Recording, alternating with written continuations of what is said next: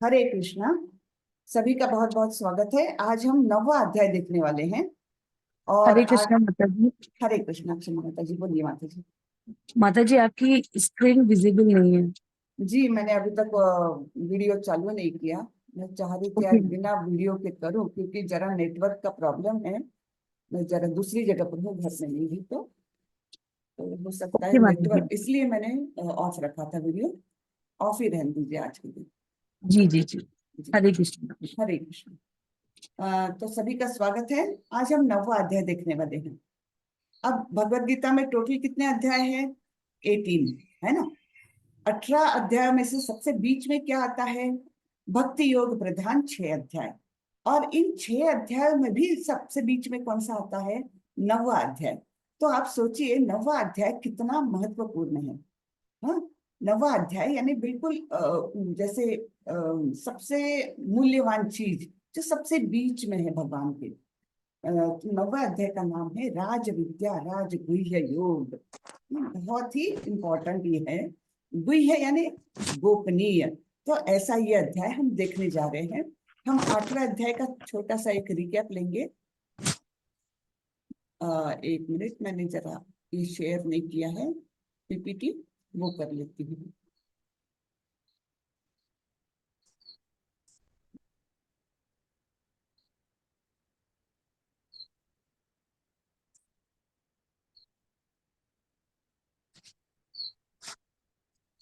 Okay, सबको visible है? जी माता जी। जी। हरे कृष्ण। हरे कृष्ण। तो 8वें अध्याय में हमने क्या देखा था? भगवत प्राप्ति। प्लीज म्यूट करें सब लोग, कृपा करके सब लोग म्यूट करें।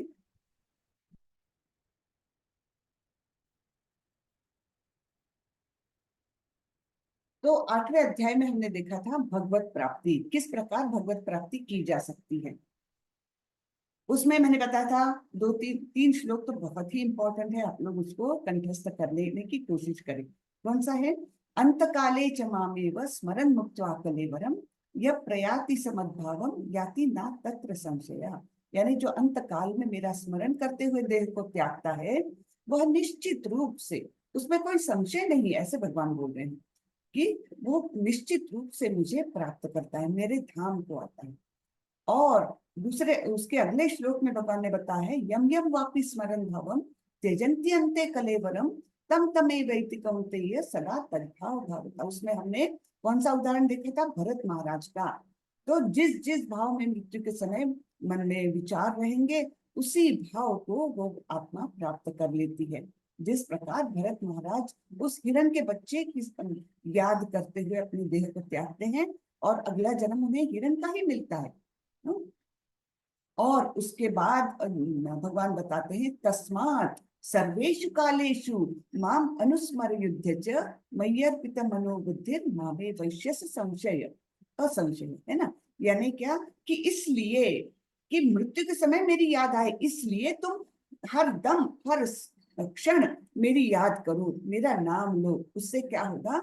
मृत्यु के समय अपने आप ही आपके मुख में मेरा नाम आ जाएगा, मेरा स्मरण आप करोगे, अन्यथा नहीं कर सकते। ये भी हम बोल सकते कि हम जीवन भर कुछ भी करें और फिर भी हम, हाँ मृत्यु के समय मैं याद कर लूंगा, अभी याद करने की जरूरत क्या है, ऐसा हम नहीं बोल सकते, क्योंकि ये हो ही नहीं सकता।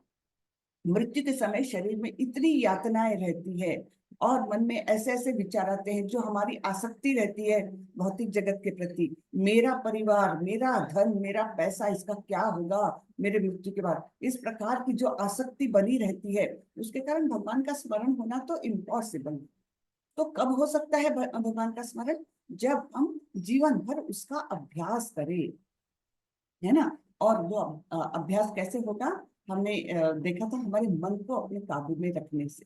मन को काबू में रखना क्यों? क्योंकि मन हमारा सबसे बड़ा मित्र भी हो सकता है और हमारा सबसे बड़ा शत्रु भी हो सकता है। तो अगर मन को मित्र बनाया जाए, तो अभ्यास और वैराग्य, इन दोनों चीजों से मन को हम अपने वश में कर सकते हैं।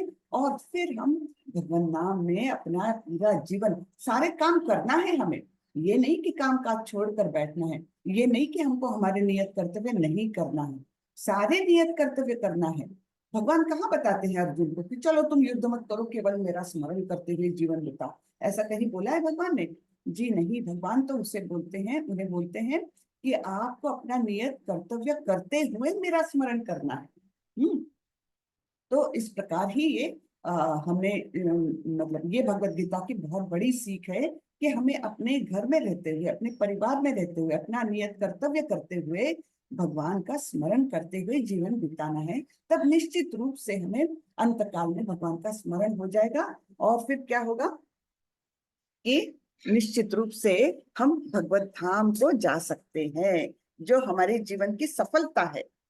जीवन की सफलता किसमें है? मनुष्य जीवन की सफलता क्या है? कि हम भगवत धाम को प्राप्त करें, क्योंकि कोई भी दूसरे योनि में ये पॉसिबल नहीं है कि वो भक्ति कर सके। केवल मनुष्य जन्म में, मनुष्य के जन्म का ये सार्थक है कि हम भक्ति के माध्यम से भगवान को प्राप्त कर ले। वो मैंने बताया था ना आप लोगों को, आहार निद्रा भय मैथुनं च सामान्य एतत् पशु भी नराणाम्। धर्मो ही एको अधिको विशेषो धर्मेण ही ना पशु भी समाना। तो धर्म का यानी धर्म क्या है? कि हम भगवान यानी हमारा नित्य स्वभाव क्या है? धर्म यानी क्या? नित्य स्वभाव। यानी जैसे शक्कर का धर्म है उसकी मिठास, है ना, और अग्नि का धर्म है उसका उसकी तपिश और प्रकाश। उसी प्रकार मनुष्य जीवन का धर्म है क्या? कि हम भगवान के नित्य सेवक है, और नित्य सेवा करने के लिए हमें भगवत धाम की प्राप्ति करना है। जीवेर स्वरूप होए कृष्णेर नित्य दास। कृष्ण के हम नित्य दास है, वो हमको धर्म का पालन करना है। तो इस प्रकार हम आगे बढ़ते हैं, आज का अध्याय चालू करते हैं। हरे कृष्ण। मैं मंगलाचरण करके इस अध्याय को शुरुआत करती हूँ। ओम नमो भगवते वासुदेवाय। ओम नमो भगवते वासुदेवाय। ओम नमो भगवते वासुदेवाय। ओम अज्ञानतिमिरान्धस्य ज्ञानाञ्जनशलाकया चक्षुरुन्मीलितं येन तस्मै श्रीगुरवे नमः। श्रीचैतन्यमनोभीष्टं स्थापितं येन भूतले स्वयं रूपः कदा मह्यं ददाति स्वपदान्तिकम्। वन्देऽहं श्रीगुरो श्रीयुतपदकमलं श्रीगुरुन् वैष्णवांश्च श्रीरूपं साग्रजातं सहगण रघुनाथान्वितं तं सजीवं साद्वैतं सावधूतं परिजनसहितं कृष्ण चैतन्य देवं श्रीराधा कृष्ण पादान् सहगण ललिता श्री विशाखान्वितांश्च। हे कृष्ण करुणा सिंधु दीनबंधु जगतपते गोपेश गोपिका कांत श्री राधा कांत नमोस्तुते। तप्त कांचन गौरांगी राधे वृंदावनेश्वरी वृषभानुसुते देवी प्रणमामि हरिप्रिये। नमो विष्णुपदाय कृष्णपृष्ठाय भूतले श्रीमते भक्ति वेदांत स्वामी इति नामिने। नमस्ते सारस्वते देवे गौरवाणी प्रचारिणे निर्विशेषाय शून्यवादी पाश्चात्य देशतारिणे। जय श्री कृष्ण चैतन्य प्रभो नित्यानंदा श्री अद्वैत गदाधर श्रीवासादि गौर भक्त वृंदा। हरे कृष्णा कृष्ण कृष्ण हरे हरे हरे रामा राम राम हरे हरे हरे कृष्णा कृष्ण कृष्ण हरे हरे हरे राम राम राम हरे हरे। हरे कृष्णा सभी को। सभी का स्वागत है। आज का अध्याय है 9वां अध्याय, जिसका नाम है राजगुह्य योग, है ना, यानी परम गुह्य का ज्ञान। परम गुह्य, गुह्य यानी गोपनीय। तो ऐसा ये गोपनीय ज्ञान भगवान हमें देने जा रहे हैं। देखते हैं क्या है ये। तो भगवान शुरुआत करते हैं। श्री भगवान उवाच इदं तु ते गुह्यतमं प्रवक्ष्याम अनसूयवे ज्ञानं विज्ञान सहितं यज्ञात्वा मोक्षसे अशुभात्। श्री भगवान ने कहा, हे अर्जुन, चूंकि तुम मुझसे कभी ईर्ष्या नहीं करते, इसलिए मैं तुम्हें यह परम गुह्य ज्ञान तथा अनुभूति बतलाऊंगा, जिसे जानकर तुम संसार के सारे क्लेशों से मुक्त हो जाओगी। अब यहाँ पर क्या क्वालिफिकेशन बता रहे हैं अर्जुन की? मुझसे कभी ईर्ष्या नहीं करते। अब ईर्ष्या यानी क्या? ईर्ष्या करते हैं हम यानी क्या करते? कोई बता सकेगा? इसका जवाब दे सकेगा? ईर्ष्या करना यानी क्या होता है? हमारे मन में क्या भावना आती है?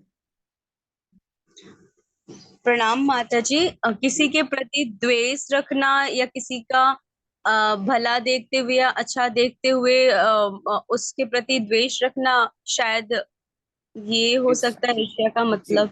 जी, अब मैं बताती हूँ। ईर्ष्या यानी जैसे आपके पास कोई चीज है, सपोज आपके पास एक कार है, मुझे वो कार बहुत पसंद है, लेकिन मुझे ये पसंद नहीं कि वो आपके पास है ना? तो मैं आपसे ईर्ष्या करती। जैसे भगवान, भगवान के पास सारे ऐश्वर्य है, वो ऐश्वर्य मुझे बहुत पसंद है, लेकिन मैं चाहती हूँ कि वो ऐश्वर्य मेरे पास रहे, भगवान के पास क्यों रहे? तो ये हुई ईर्ष्या, है ना? तो अर्जुन तो उनके इतने करीबी थे और वो जानते थे कि भगवान कितने ऐश्वर्य संपन्न है, लेकिन अर्जुन के मन में जो कभी कितने वर्ष वनवास में रहे, कितने कष्ट उठाए, है ना, लेकिन अर्जुन के मन में कभी ये नहीं आया, पांडवों के ही मन में, सारे ही पांडवों के मन में कभी ये नहीं आया कि ये हमारा मित्र, ये हमारा रिश्तेदार इतना ऐश्वर्य संपन्न है, काश ये ऐश्वर्य हमारे पास हो जाता, है ना? तो ये है ईर्ष्या की असली डेफिनेशन। क्या? कि हमें आपके पास जो चीज है वो चीज पसंद है, लेकिन ये बात पसंद नहीं कि वो आपके पास है, वो मेरे पास होनी चाहिए थी। तो इस प्रकार भगवान बोल रहे हैं कि चूंकि तुम मुझसे कभी ईर्ष्या नहीं करते, इसलिए मैं तुम्हें यह परम गुह्य ज्ञान तथा अनुभूति बतलाऊंगा, जिसे जानकर तुम संसार के सारे क्लेशों से मुक्त हो जाओगे। संसार में अनेक क्लेश है, तो उन क्लेशों से भगवान मुक्ति दिलाना चाह रहे हैं अर्जुन को। क्यों? क्योंकि अर्जुन भगवान से ईर्ष्या नहीं करते। इस प्रथम श्लोक का विशिष्ट महत्व है। इदम ज्ञानम यानी यह ज्ञान शब्द शुद्ध भक्ति के द्योतक है, जो 9 प्रकार की होती है। श्रवणम, कीर्तनम, स्मरणम, पाद सेवनम, अर्चनम, वंदनम, दास्यम, साख्य तथा आत्म समर्पणम, ये 9 विधा भक्ति कहलाती है। ठीक है? तो ये कहाँ से चालू होती है? श्रवण से, सुनने से भक्ति चालू होती है। अब ये 9 ऐसा नहीं है कि 9 के 9 हमें करने हैं, या अगर श्रवणम हमारा हो जाए तो हम केवल कीर्तन स्मरण ऐसे यानी ये सोपान है, एक एक स्टेप है, ऐसा नहीं है। इसमें से कोई भी एक या एक से ज्यादा हम अपनाएं, विधि अपनाएं, तो हम भगवत प्राप्ति तक जा सकते हैं। किंतु फिर भी श्रवण और कीर्तन ये बहुत इंपॉर्टेंट बताए हैं। ये तीनों ही बहुत इंपॉर्टेंट है, श्रवण, कीर्तन, स्मरण।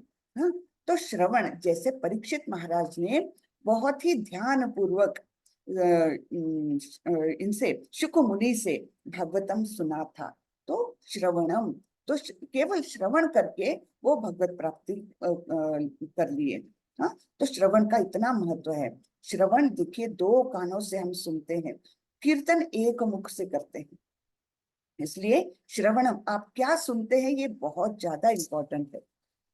इसलिए भक्त को चाहिए कि भगवान के विषय में ही केवल सुने, उसके अन्यथा कुछ ना सुने। लेकिन ये पॉसिबल नहीं है। कम से कम ये हम इतना कर सकते हैं कि श्रवण करने के बाद भी उसका ध्यान न करें, नहीं तो फिर क्या हो जाएगा? ध्यायतो विषयान पुंसा संगस्ते शुप जायते, है ना? वो हो जाएगा अगर हम बेकार की बातों को श्रवण करके फिर उसका ध्यान भी करें, उसके बारे में सोचे भी, तो ये हमको गलत रास्ते पर ले जा सकता है। तो इस प्रकार ये 9 विधा भक्ति के मार्ग बताए हैं। श्रवणम, कीर्तनम, स्मरणम, पाद सेवनम, अर्चनम, वंदनम, दास्यम, साख्यम तथा आत्म समर्पणम। फिर भक्ति के इन 9 तत्वों का अभ्यास करने से मनुष्य आध्यात्मिक चेतना अथवा कृष्ण भावनामृत तक उठ पाता है। इस श्लोक का अनसूयवे शब्द भी अत्यंत महत्वपूर्ण है। बहुश्रुत विद्वान भी भगवत गीता के विषय में अशुद्ध व्याख्या करते हैं। चूंकि वे कृष्ण के प्रति ईर्ष्या रखते हैं, अतः उनकी टीकाएं व्यर्थ होती है। तो ये बहुत इंपॉर्टेंट है। हम अगर मतलब जो मार्केट में इतने सारे भाष्य है भगवत गीता पर, तो हम क्यों बोलते हैं कि शुद्ध भक्त को द्वारा जो लिखा गया है, जो उनका भाष्य है, उसी को हमने पढ़ना चाहिए। हम क्यों बोलते हैं? क्योंकि मन में कहीं ना कहीं लोगों की ईर्ष्या रहती है। वो डायरेक्टली भगवान के प्रति ना रहे, लेकिन किसी व्यक्ति के प्रति भी रहे, तब भी वो इनडायरेक्टली भगवान के प्रति ईर्ष्या हो जाती है। जैसे आप किसी आपके मित्र से ईर्ष्या करते हैं क्योंकि उसके पास मतलब ज्यादा धन है, आपसे ज्यादा धन है, आपसे ज्यादा वो सुखी है। भौतिक दृष्टि से, भौतिक दृष्टि से वो आपसे ज्यादा सुखी है, ऐसा आपको लगता है, और आप उसके प्रति ईर्ष्या रखते हैं। तो वो हमें सोचना चाहिए कि उसको जो भी संपत्ति प्राप्त है या उसको जो भी सो कॉल्ड सुख प्राप्त है, वो दिए किसने हैं? वो तो कृष्ण ने दिए हैं। कृष्ण के अप्रूवल के बिना तो किसी को कुछ भी नहीं मिल सकता। एक झाड़ का पत्ता भी नहीं हिल सकता। तो किसी को कुछ प्राप्त हुआ है तो वो भगवान के अप्रूवल से ही प्राप्त हुआ है। तो हम उस व्यक्ति से ईर्ष्या रखते हैं, इनडायरेक्टली हम कृष्ण के अप्रूवल पर एक क्वेश्चन मार्क लगा रहे हैं, एक प्रश्न चिन्ह लगा रहे हैं कि आपने उसको क्यों दिया, मुझे क्यों नहीं दिया। और ये एक प्रकार से इनडायरेक्टली हम कृष्ण के प्रति भी ईर्ष्या रख रहे हैं। इसलिए मन शुद्ध होना ये शुद्ध भक्ति के लिए बहुत ही आवश्यक है। किसी के लिए ईर्ष्या न रखे, ये एक ऐसा अवगुण है जो हमारे बहुत सारे गुणों को मार देता है, खत्म कर देता है। तो इसलिए मन में कौन से विचार आ रहे हैं, ये सतत हमने आत्मनिरीक्षण करते रहना चाहिए कि हमारे प्रति क्या किसी के बारे में हम ईर्ष्या रख रहे हैं, तो ये गलत बात है। तो इस प्रकार आगे प्रभुपाद जी बोलते हैं, चूंकि वे कृष्ण के प्रति ईर्ष्या रखते हैं, अतः उनकी टीकाएं व्यर्थ होती हैं। केवल कृष्ण भक्तों द्वारा की गई टीकाएं ही प्रामाणिक है। तो जिसकी भी आप जिसका भी भाष्य पढ़ रहे हैं, वो कृष्ण भक्त होना बहुत ही आवश्यक है। उसके सिवाय वो ज्ञान जो है वो शुद्ध नहीं रह पाता, नहीं रह सकता। तो कोई भी ऐसा व्यक्ति जो कृष्ण के प्रति ईर्ष्यालु है, न तो भगवत गीता की व्याख्या कर सकता है, न पूर्ण ज्ञान प्रदान कर सकता है। अतः ऐसी टीकाओं से सावधान रहना चाहिए। जो व्यक्ति यह समझते हैं कि कृष्ण भगवान है और शुद्ध तथा दिव्य पुरुष है, उनके लिए ये अध्याय लाभप्रद होंगे। तो सबसे पहले तो हमको ये मन में अगर हम ये समझ सकते कि कृष्ण ही भगवान है। हमने इनके पिछले अध्याय में देखा है कि देवताओं का स्थान क्या है और भगवान का स्थान क्या है। भगवान बार बार बताते हैं कि देवताओं की पूजा करने से क्या लाभ होगा और मेरी पूजा करने से क्या लाभ होगा। देवताओं की पूजा करने से हमें अस्थायी लाभ हो सकते हैं, बहुत जल्दी लाभ हो सकते हैं, लेकिन वो कैसे रहते हैं, क्षणिक होते हैं और सीमित होते हैं। लेकिन भगवान के द्वारा जो हमें लाभ मिलेगा, लाभ की एक तो कामना रखनी नहीं चाहिए, क्योंकि सकाम भक्ति पूर्ण भक्ति नहीं है। निष्काम भक्ति ही हमें शुद्ध भक्ति तक ले जा सकती है। तो फिर भी भगवान ने ये बताया है कि जो मेरे पास आता है उसे मैं शाश्वत स्थान देता हूँ, है ना, शाश्वत धाम को वो प्राप्त हो जाता है। तो इसलिए देवताओं का स्थान और भगवान का स्थान ये हमें पूर्णतया पता होना चाहिए, तब जाकर हम इस अध्याय को समझने के लायक बन सकते हैं। तो कृष्ण क्या है, भगवान है, और सभी सृष्टि के, इवन देवताओं के, ब्रह्मा जी के, सारे ब्रह्मांडों के वे ही सृजन करता है। और भगवान क्या है, आदि पुरुष, उनके पहले ना तो कोई था और ना उनके आगे हो सकता है। वे शाश्वत है, उनका कभी भी नाश नहीं होता। और हम क्या है, हम उनके अंश स्वरूप है और नित्य सेवक स्वरूप है ना। मैंने बताया था आपको, अंश का कर्तव्य है कि वो पूर्ण की सेवा करे। जैसे हमारा हाथ, मैं बार बार यही उदाहरण देती हूँ, जैसे कि हमारा हाथ ये हमारे शरीर का एक अंश है, लेकिन वो अंश कब तक काम का है, अगर वो सोच ले कि मैं इस शरीर की कोई सेवा नहीं करूंगा, तो वो काम का ही नहीं है ना। तो अंश का कर्तव्य क्या है? पूर्ण की सेवा करना। इस प्रकार हम जब कृष्ण को भगवान मानते हैं और शुद्ध तथा दिव्य पुरुष मानते हैं, तब हम इस अध्याय का लाभ ले सकेंगे। तो दूसरा श्लोक आता है, राज विद्या राजगुह्यम पवित्रम इदम उत्तमम प्रत्यक्षावगमम धर्म्यम सुसुखम कर्तुम अव्ययम। यह ज्ञान सब विद्याओं का राजा है, जो समस्त रहस्यों में सर्वाधिक गोपनीय है। यह परम शुद्ध है, और चूंकि यह आत्मा की प्रत्यक्ष अनुभूति कराने वाला है, अतः यह धर्म का सिद्धांत है। यह अविनाशी है और अत्यंत सुखपूर्वक संपन्न किया जाता है। तो सबसे इंपॉर्टेंट है कैसे सुखपूर्वक संपन्न किया जाता है। भक्ति में जब हम आते हैं तो अपने आप में सुख का अनुभव करने लगते हैं, है ना। अत्यंत सुखपूर्वक ये संपन्न किया जा सकता है, और ये परम शुद्ध है, आत्मा को की अनुभूति कराने वाला है। इसलिए यह धर्म का सिद्धांत है, बेस है। हे परंतप, जो लोग भक्ति में श्रद्धा नहीं रखते, वे मुझे प्राप्त नहीं कर पाते। अतः वे इस भौतिक जगत में जन्म मृत्यु के मार्ग पर वापस आते रहते हैं। जब हम भगवत प्राप्ति नहीं कर पाएंगे, तब क्या होगा? हम अटके हैं इसी भौतिक जगत में। पुनरपि जननम पुनरपि मरणम पुनरपि जननी जठरे शयनम। वही वो मृत्यु और जन्म, जन्म और मृत्यु, इसी चक्कर में हम पड़े रहेंगे। अलग अलग योनियों में जाते रहेंगे। 84 लाख योनियों में से पता नहीं हमारे कर्म और हमारी इच्छाएं कौन सी योनि तक हमें नीचे गिरा सकती है ना। तो इसलिए हमको सबसे पहले है, भक्ति में श्रद्धा नहीं रखते वे मुझे प्राप्त नहीं कर सकते।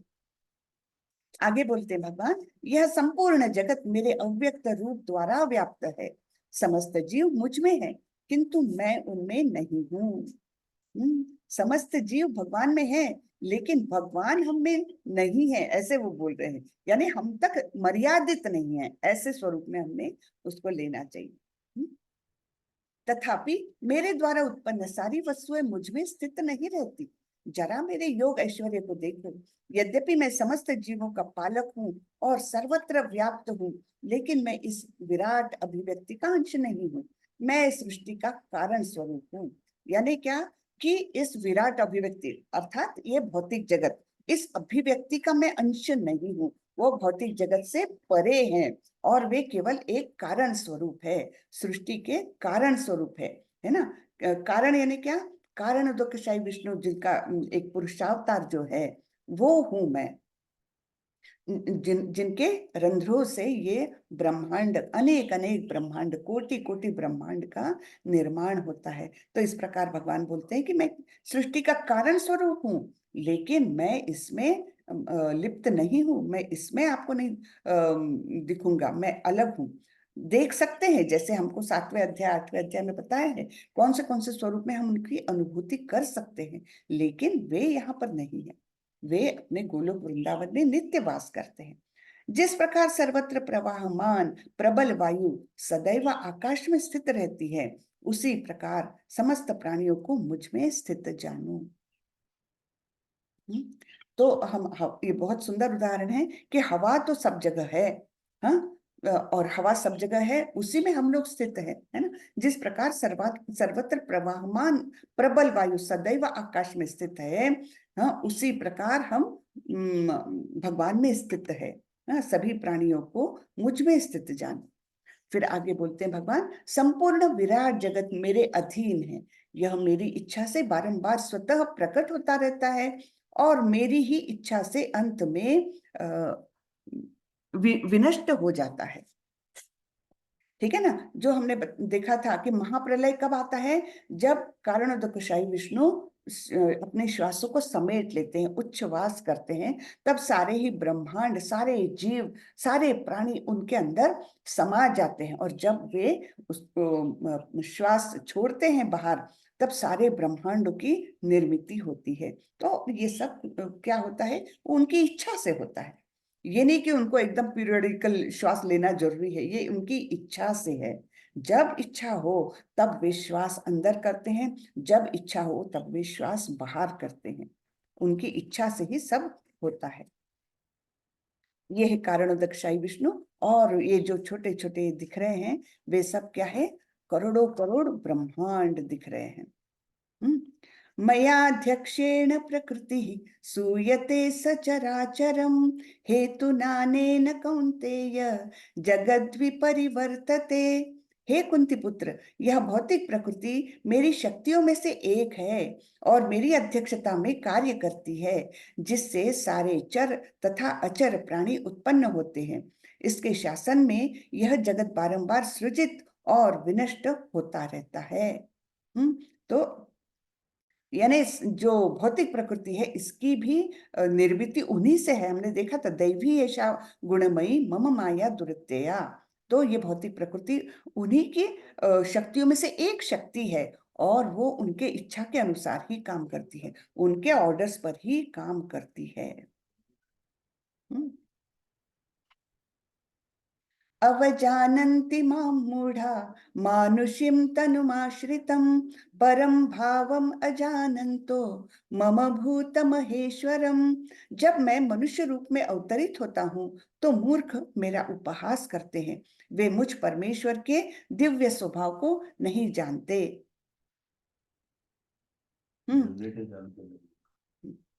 तो मैं यानी जब कृष्ण इस धरती पर आए थे, अवतरित हुए थे, तो अपने समान ही मनुष्य रूप में थे। कोई नहीं जानता था कि ये दिव्य पुरुष है, ये भगवान है, ये नहीं जानते थे। लेकिन जो अच्छे लोग थे, सद्गुणी लोग थे, सदाचारी लोग थे, उन्होंने उनको पहचान लिया कि हाँ, ये कोई सामान्य व्यक्ति नहीं है, ये तो स्वयं भगवान है ना। तो जैसे गिरधर, ये गोवर्धन पर्वत उठाना, ये कोई सामान्य काम तो है नहीं, है ना। और भी बहुत सारे उन्होंने काम किए जो सामान्य व्यक्ति के लिए पॉसिबल भी नहीं है। तो इस प्रकार से जो उनके कर्मों को, उनके कार्यों को जानता है, उस समय जानते थे, वो उन्हें दिव्य पुरुष समझते थे। यद्यपि वे दिखने में तो हमारे जैसे ही द्विभुजधारी, है ना, 2 हाथों वाले, 2 पैरों वाले, ऐसा ही मानव शरीर लेकर ही थे वे। लेकिन दिव्य जो अच्छे लोग थे, सदाचारी लोग थे, वे उन्हें पहचानते थे। और बाकी लोग जिनके मन में कोई श्रद्धा नहीं, वो क्या करते थे, उनका उपहास करते थे। तो वे मुझ परमेश्वर के दिव्य स्वभाव को नहीं जानते। मूढ़ लोग कहा है, मूर्ख, हाँ, ऐसे लोग कहा है। मोघाशा मोघ कर्माणो मोघ ज्ञाना विचेतसः राक्षसीम आसुरीम चैव प्रकृतिम मोहिनीम श्रिताः। जो लोग इस प्रकार मोहग्रस्त होते हैं वे आसुरी तथा नास्तिक विचारों के प्रति आकृष्ट रहते हैं। इस मोहग्रस्त अवस्था में उनकी मुक्ति आशा, उनके सकाम कर्म तथा ज्ञान का अनुशीलन सभी निष्फल हो जाते हैं। तो ये सब लोग भौतिक माया से मोहग्रस्त है, वो नहीं पहचान पाते भगवान को। और फिर उनका आकर्षण किस प्रकार, किस तरफ होता है, आसुरी और नास्तिक विचार होते हैं उनके। यानी कि भगवान का अस्तित्व ही वे नकारते रहते हैं। वो नहीं जानते कि, वो सोचते हैं कि भगवान तो है ही नहीं, बस ये जीवन मिला है हमको, कुछ वो हो गया था, स्फोट हो गया था, कुछ टकराव हो गया था, उससे कुछ पृथ्वी का निर्माण हुआ और अपने आप कुछ ऑर्गेनिजम्स के कारण, कुछ केमिकल रिएक्शन से ये मनुष्य, अनेक योनियां पैदा हुई, धीरे धीरे उसका इवोल्यूशन होते हुए मनुष्य तक आ गए। इस प्रकार के जो लोग हैं उन्हें नास्तिक कहा गया है, क्योंकि वो भगवान पर श्रद्धा नहीं रखते, भगवान के अस्तित्व को ही नकारते हैं। तो इस अवस्था में भगवान बोल रहे हैं, ना तो उनको मुक्ति मिल सकती है, और उनके जो सकाम कर्म भी है, यानी कुछ अच्छे काम भी है जिससे पुण्य प्राप्त हो सकता है, कम से कम देवता लोगों तक, देव लोग तक वो आगे बढ़ सकते हैं, वो भी निष्फल हो जाता है। सकाम कर्म और तथाकथित ज्ञान का अनुशीलन, ये सब कुछ बेकार हो जाता है, क्योंकि वे मोहग्रस्त है और आसुरी नास्तिक प्रकृति के प्रति आकृष्ट होते हैं। लेकिन इसके विपरीत कौन है, महात्मानस्तु मां पार्थ दैवीं प्रकृतिम आश्रिताः भजन्ति अनन्य मनसो ज्ञात्वा भूतादिम अव्ययम। हे पार्थ, मोह मुक्त महात्मा जन दैवी प्रकृति के संरक्षण में रहते हैं। वे पूर्णतः भक्ति में निमग्न रहते हैं, क्योंकि वे मुझे आदि तथा अविनाशी भगवान के रूप में जानते हैं। तो इसके पहले जो उदाहरण दिया है मोहग्रस्त लोग, और उसके अपोजिट है महात्मा जन, यानी मोह मुक्त है वे, और उनको संरक्षण देती है दैवी प्रकृति। और इस प्रकार यानी उनको कोई तकलीफ नहीं होने देते। यहाँ पर माधवेंद्र पुरी को बताया है, वो इतने निमग्न रहते थे अपनी भक्ति में कि वो जाकर भिक्षा तक नहीं मांगते थे। वो सोचते थे कि भगवान को अगर मतलब मुझे अगर कुछ प्राप्त होना है, भगवान की कृपा से प्राप्त होगा, और वे केवल अपनी भक्ति में निमग्न रहते थे। एक बार तो ऐसा हुआ कि 3 दिन तक उन्होंने वो खुद भिक्षा मांगने नहीं जाते थे, तो एक बार ऐसे ही 3 दिन तक वो एक ही पेड़ के नीचे बैठकर जप करते रहे, और उन्होंने कुछ खाया पिया नहीं। और कृष्ण को हो गई चिंता, तो कृष्ण स्वयं एक छोटे बालक के रूप में उनके पास आए, और उन्होंने एक मटके में उन्हें दूध दिया और बोला, महात्मा जी आप ये ग्रहण करें। तब उन्होंने, क्योंकि वो चलकर आया था अन्न, तो उन्होंने उसको ग्रहण किया। उसके बाद वो बच्चे को अर्थात धन्यवाद वगैरह दिया, और उसके बाद जब वो रात को सोए तो उनको स्वप्न में कृष्ण आए और बोले, माधवेंद्र जी आपने मुझे पहचाना नहीं, तो मैं तो आया था आपके पास। तो बोले, आप आए थे कृष्ण, आप स्वयं आए थे? मैं, कब आए थे आप? तो बोले, आपको दूध किसने दिया? ओ, तो अच्छा, उनको एकदम से नींद से उठ गए, और उन्हें बड़ा अफसोस हुआ कि कृष्ण स्वयं मेरे पास चल के आए थे, और मैं अपने ध्यान में इतना मग्न था कि मैं उनको पहचान नहीं पाया। वो दौड़ते हुए उसी पेड़ के नीचे गए, और वो मटका जो रखा था, छोटा सा मटका मिट्टी का बना हुआ, वो रखा था, वो उन्होंने उठाया। फिर उन्होंने सोचा कि इसको तो मैं रोज ग्रहण करूंगा, भगवान ने स्वयं मेरे हाथ में दिया है। तब उसके उन्होंने बारीक बारीक वो किया, टुकड़े किए और अपनी पोटली में बांध के रखे। अब रोज प्रसाद स्वरूप वो उसी मिट्टी को ग्रहण करते रहे। अत्यंत बड़े भक्त थे। तो इस प्रकार भगवान उनके रक्षण के लिए स्वयं आए थे। इस प्रकार जो वे पूर्णतः भक्ति में निमग्न रहते हैं, ऐसे महात्मा जन, और वे मुझे किस रूप में जानते हैं? अविनाशी, आदि, इस रूप में वे जानते हैं और भक्ति में निमग्न रहते हैं। सततं कीर्तयन्तो मां यतन्तश्च दृढव्रतः नमस्यन्तश्च मां भक्त्या नित्ययुक्ता उपासते। ये महात्मा मेरी महिमा का नित्य कीर्तन करते हुए, दृढ़ संकल्प के साथ प्रयास करते हुए, मुझे नमस्कार करते हुए, भक्ति भाव से निरंतर मेरी पूजा करते हैं। 1 मिनट में ये शेयर करती हूँ। हाँ, तो यहाँ पर उदाहरण किसका आ रहा है? प्रभुपाद जी स्वयं, है ना, नित्य कीर्तन करते हुए, दृढ़ संकल्प के साथ प्रयास करते हुए। यानी उनका संकल्प कितना दृढ़ होगा हम सोच सकते हैं। वो इतनी बड़ी उम्र में, 69-70 ईयर्स की उम्र में, एक अनजान देश में जाना, साथ में ना किसी मतलब किसी कोई पहचान का है उस देश में, ना कोई पैसे की मदद करने वाला है, खीसे में पैसे जीरो, 40 रुपए लेकर गए थे जो कभी कन्वर्ट ही नहीं हो पाए। 40 रुपए केवल खीसे में लेकर गए थे, और इस प्रकार केवल भगवान भरोसे, भगवान पर श्रद्धा रखते हुए, और इस प्रकार दृढ़ संकल्प के साथ कि मुझे मेरे गुरु की आज्ञा का पालन करना है, ऐसे व्यक्ति हमेशा मुझे नमस्कार करते हैं, भक्ति भाव से निरंतर मेरी पूजा करते रहते हैं। हम देखेंगे ये वीडियो में। फिर आगे श्लोक आता है, पिताहमस्य जगतो माता धाता पितामहः वेद्यम पवित्रमोंकार रुक्साम यजुरेव च। मैं इस ब्रह्मांड का पिता, माता, आश्रय तथा पितामह हूँ। मैं ज्ञेय यानी जानने योग्य, शुद्धि करता तथा ओंकार हूँ। मैं ऋग्वेद, सामवेद तथा यजुर्वेद भी हूँ। तो भगवान अपने प्राकट्य किस प्रकार वे करते हैं, वे सभी कुछ बता रहे हैं। पहले उन्होंने भौतिक जगत का बताया था 7वें अध्याय में, धीरे धीरे धीरे आगे बढ़ रहे हैं, और बता रहे हैं कि ब्रह्मांड जो निर्माण किया है मैंने कारणोदक्षाय विष्णु के रूप से, तो ये ब्रह्मांड का पिता, माता, आश्रय तथा पितामह हूँ। सभी कुछ मैं हूँ, मैंने ही इसे निर्माण किया है, और मैं ही जानने योग्य हूँ। जो वास्तविक ज्ञान है मनुष्य के लिए, वो है भगवान को जानना। हाँ, तो आगे मतलब ईशोपनिषद में भगवान कहते हैं, ईशोपनिषद में कहा गया है कि केवल ये यानी पदार्थ क्या है और भगवान क्या है, ये जो ज्ञान है इसको जानना ही असली ज्ञान है। बाकी तो अविद्या बोलते हैं। भौतिक ज्ञान, अविद्या भी आवश्यक है। क्यों? क्योंकि मनुष्य शरीर को हमको पालना है।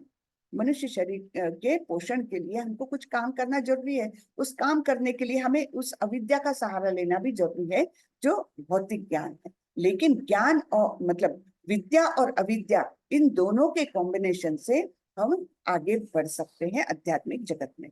तो जानने योग्य, वास्तविक जानने योग्य कौन है? भगवान। और वे ही शुद्धि करता है सारे चीजों को। उनका स्पर्श मात्र हो जाए तो सब कुछ शुद्ध हो जाता है। इसलिए हम प्रसाद ग्रहण करते हैं ना। क्यों? प्रसाद जो है हम भोग चढ़ाते हैं भगवान को, और उसको फिर उच्छिष्ट के रूप में हम ग्रहण करते हैं, क्योंकि उसको भगवान ने जैसे कि स्पर्श कर लिया, और भगवान का स्पर्श होते ही हर चीज शुद्ध हो जाती। तो सभी का शुद्ध करता कौन है? भगवान। और ओमकार यानी आदि आदि ध्वनि, जो ओरिजिनल ध्वनि है, जो ब्रह्मांड में अपने आप में होते रहता है, वो क्या है? वो भी भगवान का ही स्वरूप है। और बोलते हैं कि सारे वेद भी मैं ही हूँ। वेद यानी ज्ञान। हाँ, वेद इस शब्द का अर्थ है ज्ञान। तो ऋग्वेद, सामवेद, यजुर्वेद, ये सब कुछ मैं ही हूँ। मैं ही लक्ष्य, पालन करता, स्वामी, साक्षी, धाम, शरण स्थली तथा अत्यंत प्रिय मित्र हूँ। मैं सृष्टि तथा प्रलय, सबका आधार, आश्रय तथा अविनाशी बीज भी हूँ।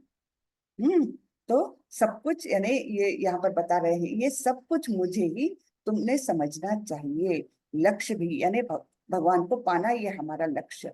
हाँ, वो ही हमारे पालन करता, वो ही हमारे स्वामी और साक्षी, परमात्मा स्वरूप में वो हमारे अंदर है।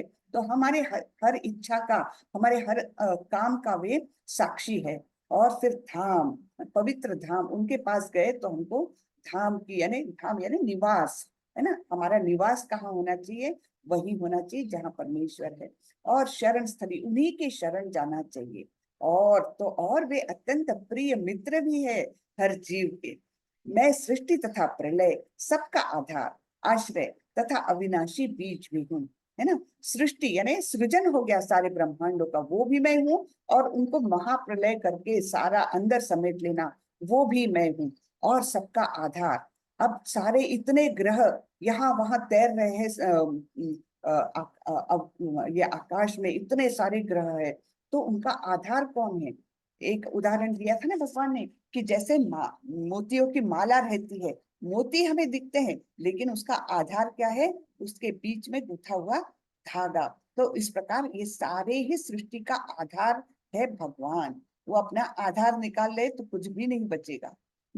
तो आश्रय और अविनाशी बीज भी हूँ। हे अर्जुन, मैं ही ताप प्रदान करता हूँ और वर्षा को रोकता तथा लाता हूँ। मैं अमरत्व हूँ और साक्षात मृत्यु भी हूँ। आत्मा तथा पदार्थ यानी सत तथा असत, दोनों मुझ ही में है। तो सब कुछ, यानी हम जो कल भी मैंने इसका जिक्र किया था कि लोग बोलते हैं ब्रह्म सत्यम जगत मिथ्या। तो मिथ्या नहीं बोलना चाहिए। ये तो भगवान ने निर्माण किया हुआ है, मिथ्या कैसे हो सकता है? लेकिन ये टेम्पररी है, अशाश्वत है। दुखालयम अशाश्वतम, ऐसे डिफाइन किया है भगवान ने इस भौतिक जगत को, ठीक है ना। लेकिन ये मिथ्या नहीं है। तो आत्मा और पदार्थ, सत तथा असत, दोनों भी भगवान में ही है। जो वेदों का अध्ययन करते तथा सोमरस का पान करते हैं, वे स्वर्ग प्राप्ति की गवेषणा करते हुए अप्रत्यक्ष रूप से मेरी पूजा करते हैं। वे पाप कर्मों से शुद्ध होकर इंद्र के पवित्र स्वर्गिक धाम में जन्म लेते हैं, जहां वे देवताओं का सा आनंद भोगते हैं। अब यहाँ पर बता रहे हैं, जो वेदों का अध्ययन करते हैं, अच्छे कर्म करते हैं। वेदों का अध्ययन करना बहुत अच्छा काम है, लेकिन ये भगवत प्राप्ति का केवल एक छोटा सा तिनका भर है, अच्छा अपने शुद्धिकरण के लिए। ये नहीं कि केवल वेदों का बहुत ज्ञान प्राप्त कर लिया तो हम भगवान की प्राप्ति कर लेंगे, जी नहीं। वेदों का अध्ययन ये एक शुद्धिकरण का मार्ग है, हमारे जीवन जीने का तरीका वो बताते हैं। तो इस प्रकार जो ऐसे अच्छे काम करते हैं, वे स्वर्ग प्राप्ति की गवेषणा करते हैं, यानी उनको स्वर्ग प्राप्ति होती है। और ऐसे लोग भी भगवान बोल रहे हैं कि अप्रत्यक्ष रूप से वो मेरी पूजा ही करते हैं, लेकिन वो प्रत्यक्ष पूजा नहीं है, अप्रत्यक्ष पूजा है। तो ऐसे लोग किसे प्राप्त करते हैं? देवलोक को प्राप्त करते हैं। वहां जाकर अत्यंत अच्छे अच्छे इंद्रिय तृप्ति के भोग वो भोगते हैं, वहां पर बड़ा आनंद मिलता है उन्हें।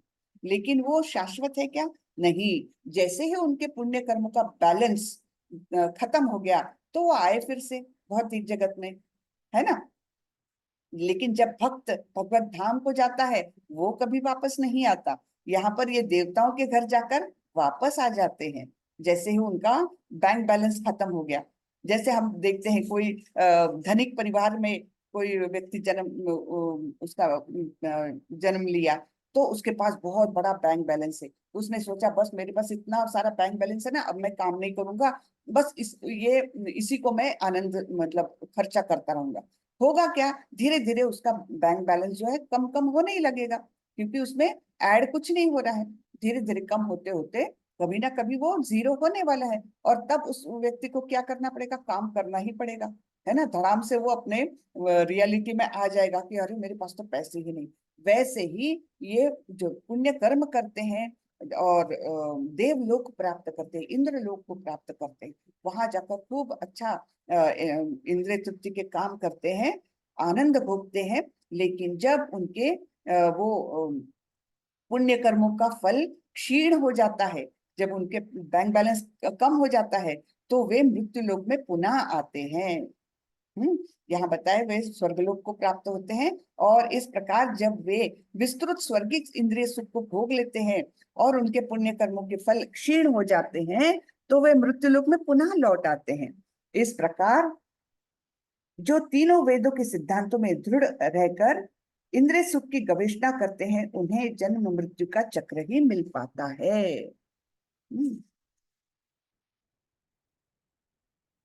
अनन्याश्चिन्तयन्तो माम् ये जना पर्युपासते तेषां नित्याभियुक्तानां योगक्षेमं वहाम्यहम्।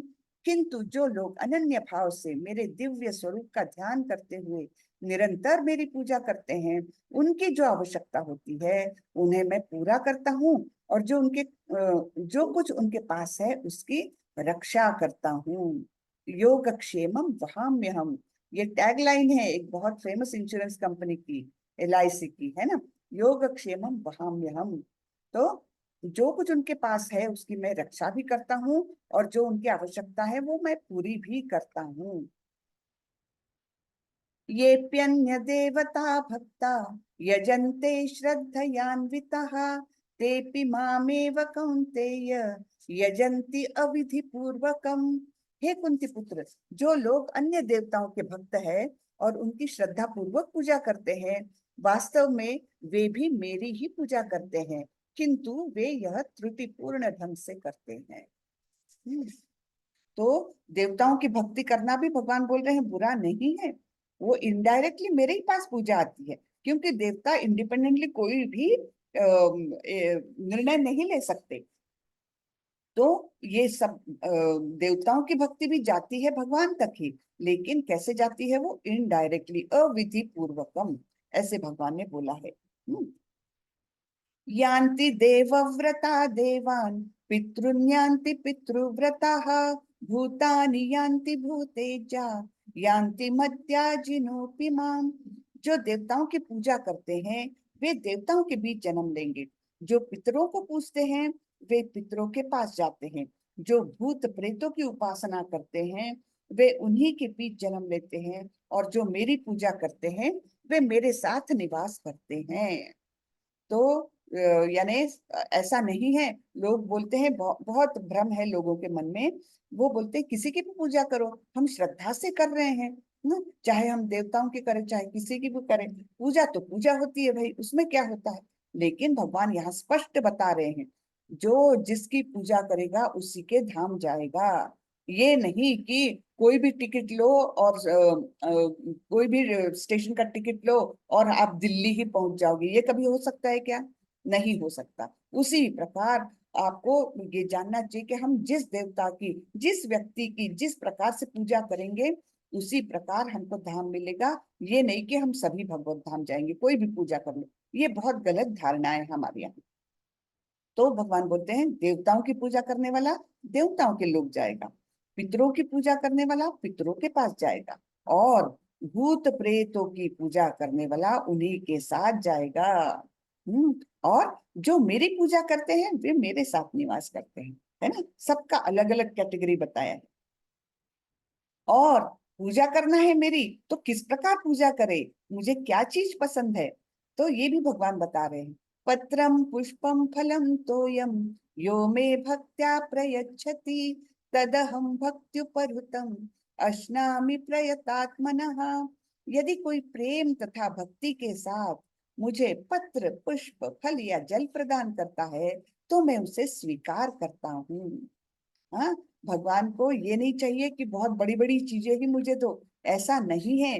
गरीब से गरीब व्यक्ति भी, एक मिनट में कोई आ रहा है, एक सेकंड प्लीज।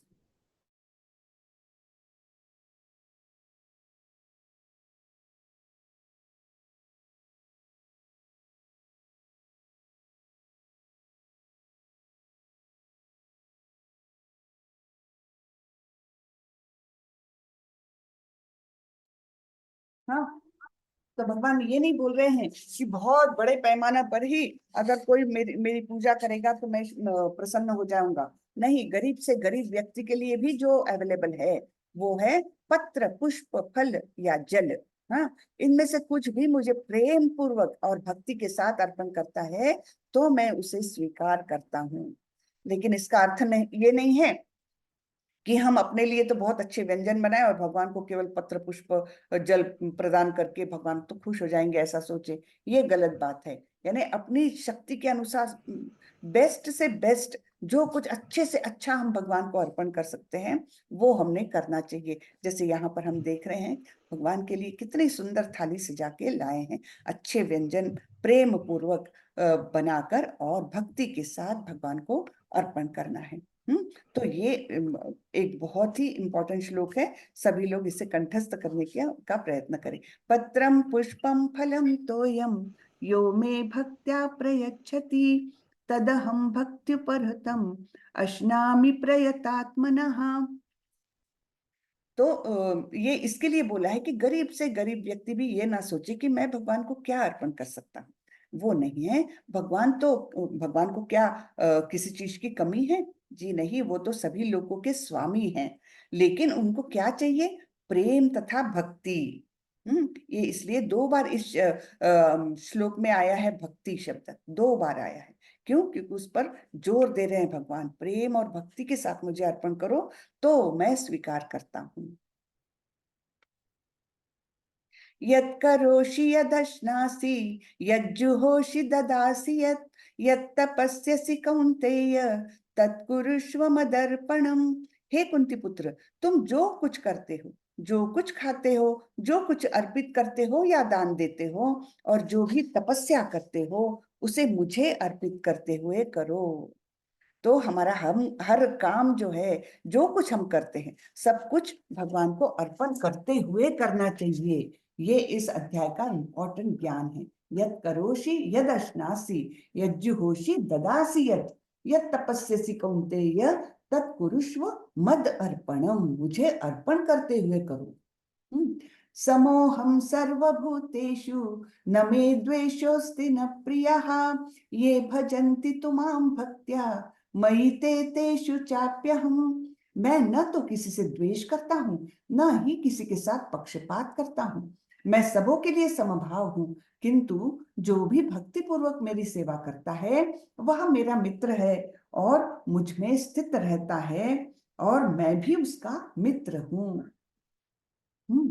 तो भगवान किसी से पक्षपात नहीं करते। ये नहीं कि ये मेरी भक्ति नहीं करता तो इसे मैं कुछ नहीं दूंगा, और ये मेरा भक्त है तो इसको सब कुछ दूंगा। नहीं, वे पक्षपात नहीं करते। सबके लिए उनके मन में प्रेम भाव ही है। हाँ, लेकिन फिर भी जो भक्त है और उनकी सेवा करता है तो उसके लिए भगवान के मन में एकदम मैत्रीपूर्ण भाव रहते हैं।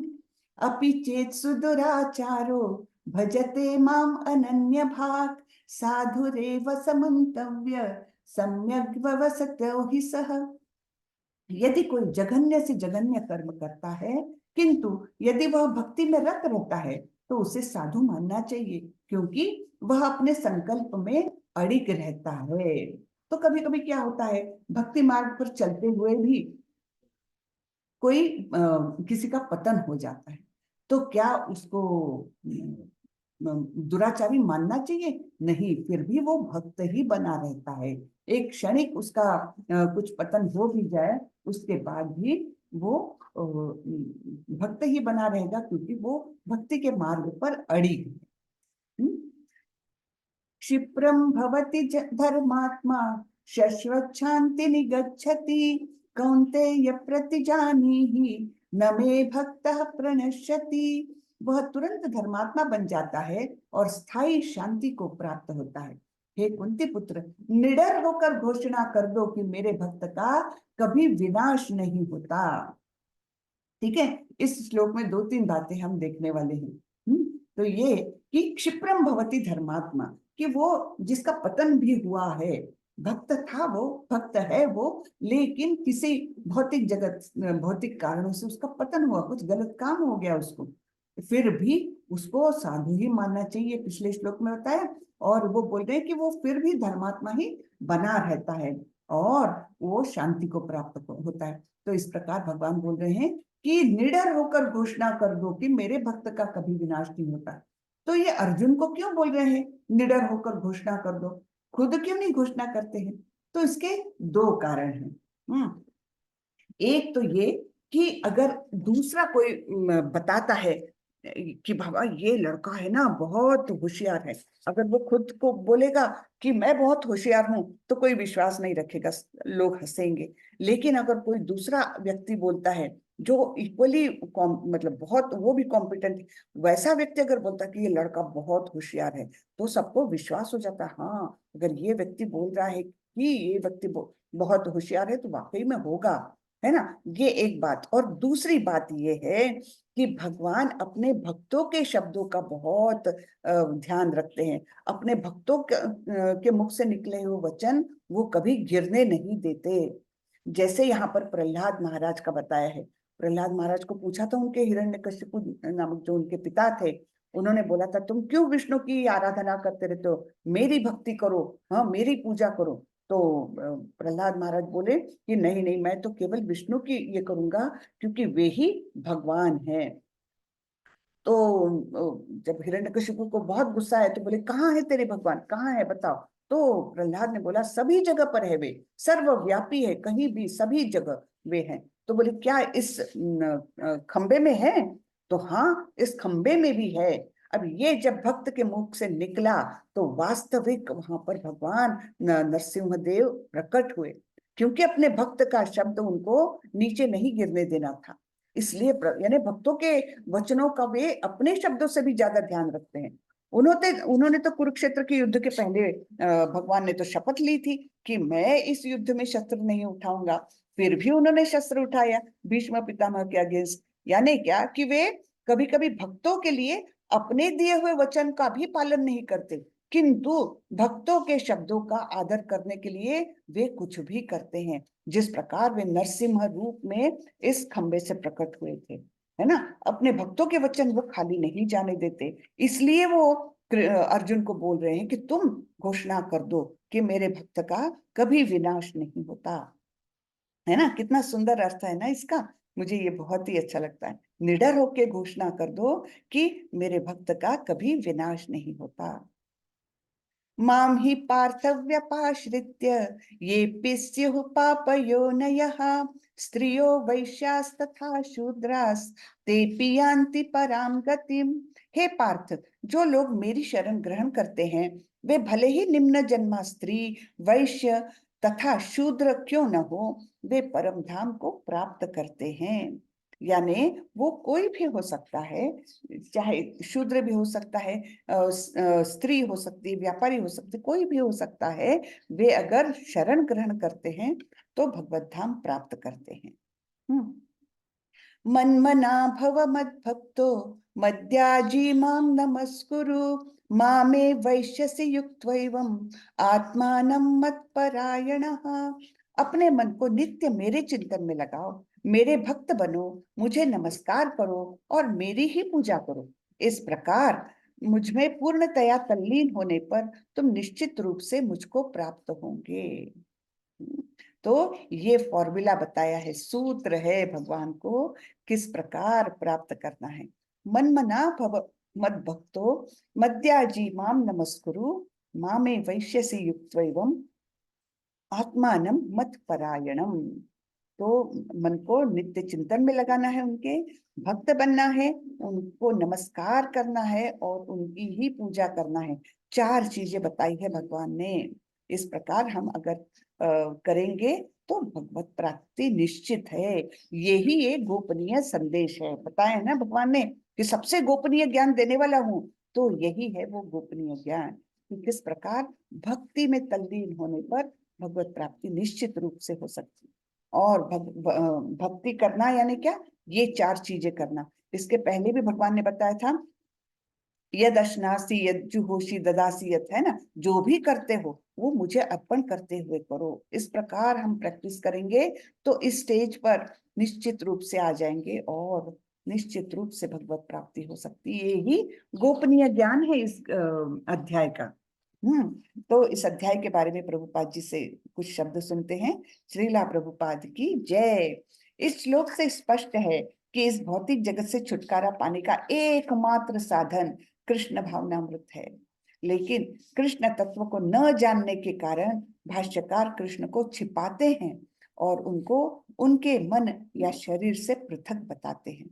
यद्यपि यह कृष्ण तत्व के प्रति निरी अज्ञानता है, किंतु कुछ लोग जनता को भ्रमित करके धन कमाते हैं। तो बहुत अजीब अजीब से भाष्य निकलते हैं भगवत गीता पर, जिसमें मतलब कुछ भी अलग अलग प्रकार से वो कृष्ण को बताने की कोशिश करते हैं, लेकिन वो शुद्ध ज्ञान नहीं है, उसको हमने पढ़ना नहीं चाहिए। अतः मनुष्य को कृष्ण के आदि रूप में मन को स्थिर करना चाहिए। उसे अपने मन में यह दृढ़ विश्वास करके पूजा करने में प्रवृत्त होना चाहिए कि कृष्ण ही परम है।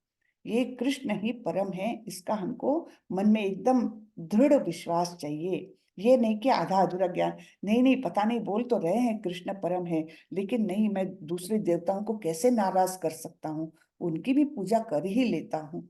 ये ऐसे आधे अधूरे मन से नहीं, आप उनकी भी पूजा करें, उनका निरादर नहीं करना है, लेकिन स्थान सबका हमको ज्ञात होना चाहिए। सबका स्थान जो है, हरे कृष्णा, प्लीज म्यूट रखें।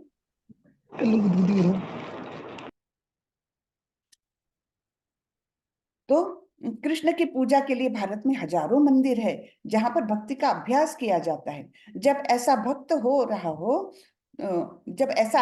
हो रहा हो तो मनुष्य को चाहिए कि कृष्ण को नमस्कार करे, उसे अर्च विग्रह के समक्ष नतमस्तक होकर मनसा वाचा कर्मणा हर प्रकार से प्रवृत्त होना चाहिए। इससे वह कृष्ण भाव में पूर्णतया तल्लीन हो सकेगा, इससे वह कृष्ण लोक को जा सकेगा। उसे चाहिए कि कपटी भाष्यकारी के बहकावे में ना आए, उसे श्रवण कीर्तन आदि नवदा भक्ति में प्रवृत्त होना चाहिए। शुद्ध भक्ति मानव समाज की, एक मिनट, हाँ क्या लिखा है, शुद्ध भक्ति मानव समाज की चरम उपलब्धि है। तो सबसे टॉप मोस्ट उपलब्धि क्या हो सकती है मानव समाज की? शुद्ध भक्ति। शुद्ध भक्ति के लिए इस 9वें अध्याय में दिए हुए मार्ग का अनुसरण करना है। मन्मना भव मद भक्तो मद्याजीवाम नमस्कुरु मामे वैश्यसि युक्त्वैवम् आत्मानं मत परायणम। इस माध्यम से हम भगवत प्राप्ति की ओर बढ़ सकते हैं। तो इस चैप्टर की समरी देख लेते हैं। भगवत ऐश्वर्य ज्ञान है ना, राज विद्या राज गुह्यम। हाँ, यही गुह्य ज्ञान है जिससे हम भगवान के ऐश्वर्य को जान करके पूर्णतया उनके शरण में जा सकते हैं। फिर वेज टू अप्रोच कृष्ण, क्या करना है हमको? सततम कीर्तयन्तो माम। हाँ, भगवान का सतत नाम स्मरण करो, सतत कीर्तन करो और इस प्रकार भगवान को मन में इतने दृढ़ संकल्प से आरूढ़ कर लो और उनकी शरण में जाओ। हाँ, स्वीटनेस ऑफ एक्सक्लूसिव डिवोशन क्या है? मन मना भव मद भक्तो। ये सबसे टॉप मोस्ट लेवल है भक्ति की। हाँ, वो पूरी तरह से मन को उनके चिंतन में लगाकर उनको नमस्कार करते हुए, उनका ही कीर्तन करते हुए हम भगवान को प्राप्त कर सकते हैं। तो आज का ये अध्याय खत्म हुआ। किसी को कुछ प्रश्न हो तो कृपा करके पूछें।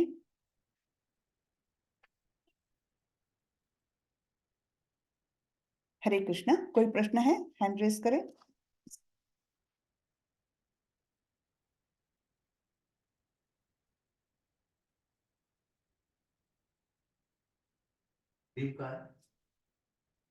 हरे कृष्णा माता जी। हरे कृष्णा। माता जी, मुझे बस ये पूछना था कि इसमें एक लाइन आती है ना कि चाहे वो किसी भी निम्न उस पे जन्मा हो, हाँ, तो तो उसमें स्त्री का स्त्री मेंशन का, हुआ है, ये हाँ, किस है? जी जी जी, ये हमेशा पूछा जाता है प्रश्न।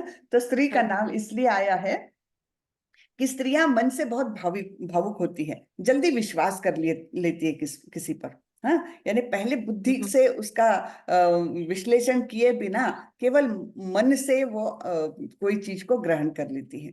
तो ये एक वीकनेस है, और यही उसकी स्ट्रेंथ भी है, दोनों ओर से है।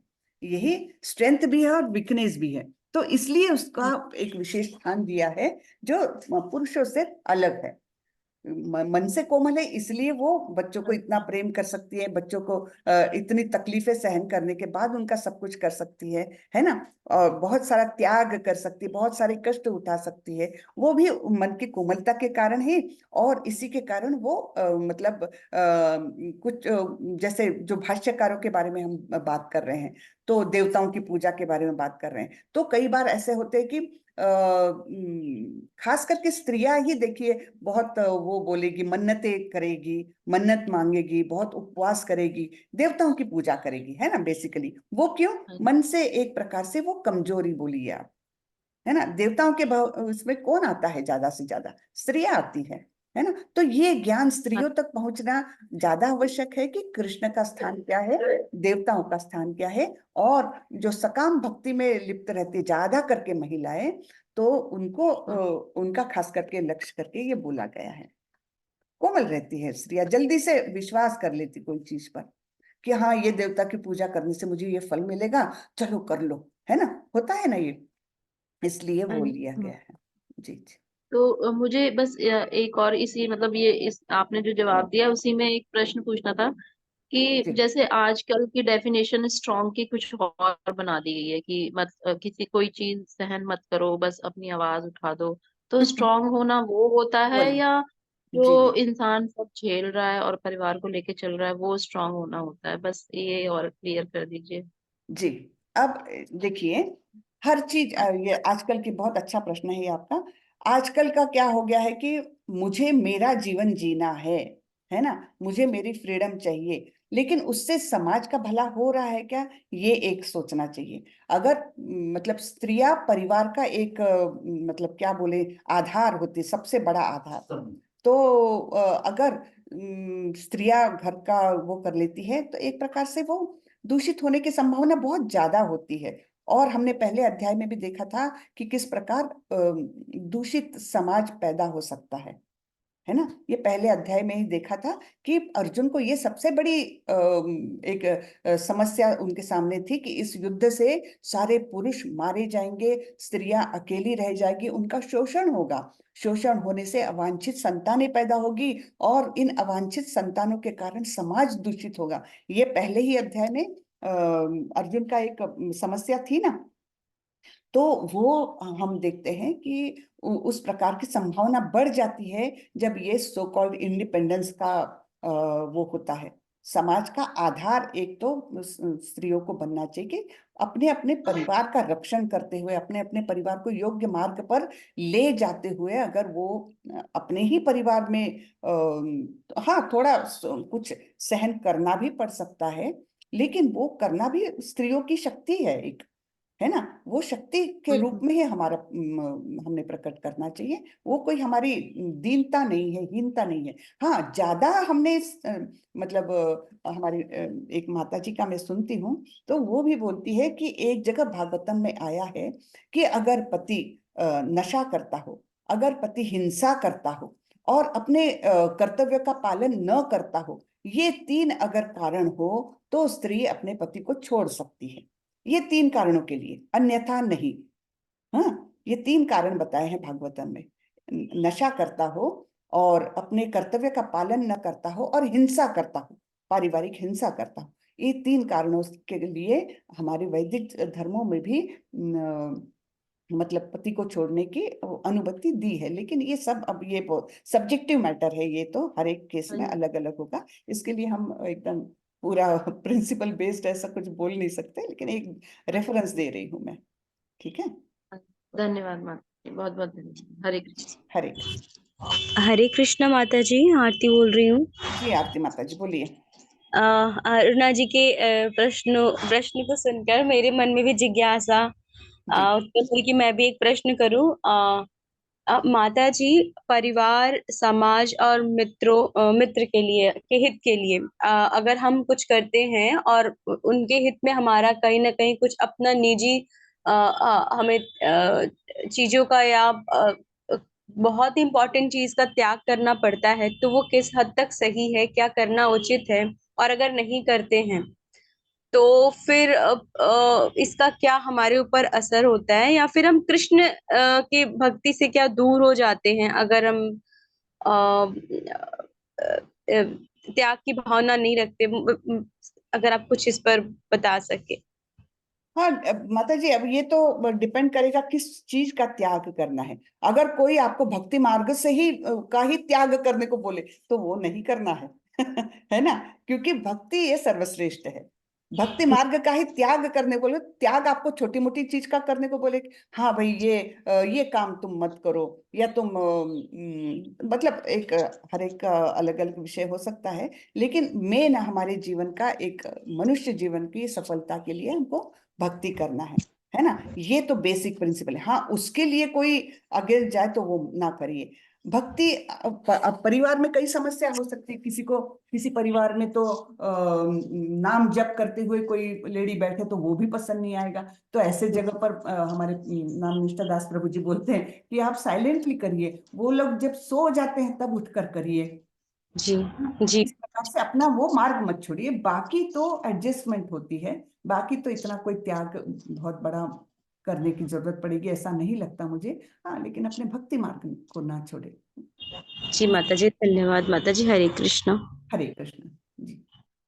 हरे कृष्णा माता जी। सुधीर प्रभु हरे कृष्ण बोलिए। दंडवत प्रणाम माता जी। जैसे ईर्ष्या तो समझ में आ गई कि जी। जैसे जो चीज हमारे पास नहीं है दूसरे के पास है, हम्म। तो क्यों है ये, मतलब ईर्ष्या है ना। हाँ, और यानी ये ये चाहना कि उसके पास नहीं होना चाहिए, मेरे पास होना चाहिए, ये इस प्रकार की इच्छा रखना। हाँ, हाँ, मुझे वो चीज और चाहिए थी। माता जी द्वेष से क्या मतलब है? आपने एक बार बताया था लेकिन मैं भूल गया। द्वेष। द्वेष के बारे में पूछ रहे हैं आप? जी जी। तो एक मिनट है, लेट दोनों मी में क्या रिकलेक्ट। अंतर होता है हाँ, ईर्ष्या तो आपको पता चल गया, ईर्ष्या यानी दूसरों के कि पास जो चीज हमारे है। पास हाँ, नहीं है दूसरे के और पास है जो द्वेष चीज करना वो। यानी पसंद ना करना, मतलब उस है ना, पसंद ना करना, ये मुझे अच्छा नहीं लगता। हाँ, तो वो ही एक द्वेष है कि मुझे ये व्यक्ति पसंद नहीं है, मैं उससे द्वेष करती हूँ। ये व्यक्ति के सभी बातें मुझे पसंद नहीं है, तो मुझे उससे द्वेष है, ऐसा कहा जा सकता है। तो जो माता जी शिशुपाल था वो द्वेष करता द्वेष था या करता था, द्वेष करता था, है ना। हम्म? ईर्ष्या भी करता था, द्वेष भी करता था, क्योंकि सॉरी, ईर्ष्या ज्यादा, क्योंकि उसको एक वो था कि इसको मान क्यों मिल रहा है, आद्य पूजा का मान कृष्ण को क्यों मिल रहा है, मुझे क्यों नहीं मिल रहा है ना। तो ये ईर्ष्या का रूप है। और पहले भी उनको मतलब जब ग्वाल बाल के रूप में भी वे थे, और उनका नाम होता था कि अरे इन्होंने तो गोवर्धन पर्वत उठा लिया, तब भी उनको वो पसंद नहीं आता था, क्योंकि वो एक इस व्यक्ति को ही नहीं पसंद कर रहा हूं मैं, इस प्रकार से था। तो ईर्ष्या और द्वेष दोनों भी थे भाई शिशुपाल के मन में, है ना। ठीक है माता जी, धन्यवाद। धन्यवाद प्रभु। हरे कृष्णा माता जी। हरे कृष्णा जी।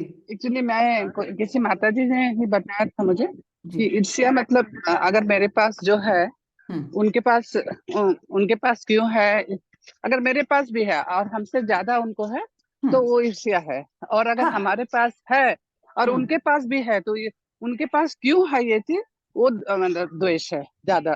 तो द्वेष बहुत ही ईर्ष्या से भी ज्यादा खराब। मतलब हमारे पास तो है ही, लेकिन दूसरे के पास ये चीज क्यों है करके। अच्छा। हाँ, अच्छा, ठीक ऐसे है। बता। ओके जी। ओके। हाँ हरे हाँ। सॉरी हरे माता जी, ऐसे मतलब सुनी थी, एक माता जी ने ओके बताया ओके। जी जी।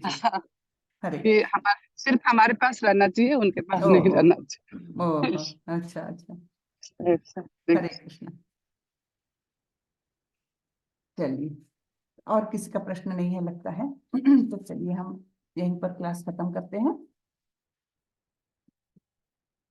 वाञ्छाकल्पतरुभ्यश्च कृपा सिन्धुभ्य एव च पतितानां पावनेभ्यो वैष्णवेभ्यो नमो नमः। अनंत कोटि वैष्णव वृंद की जय, श्रीला प्रभुपाद की जय। हरे कृष्ण हरे सभी को। हरे कृष्ण माता जी। हरे Krishna. Hare Krishna Mataji, Hare Krishna to everyone. Hare Krishna. Hare Krishna.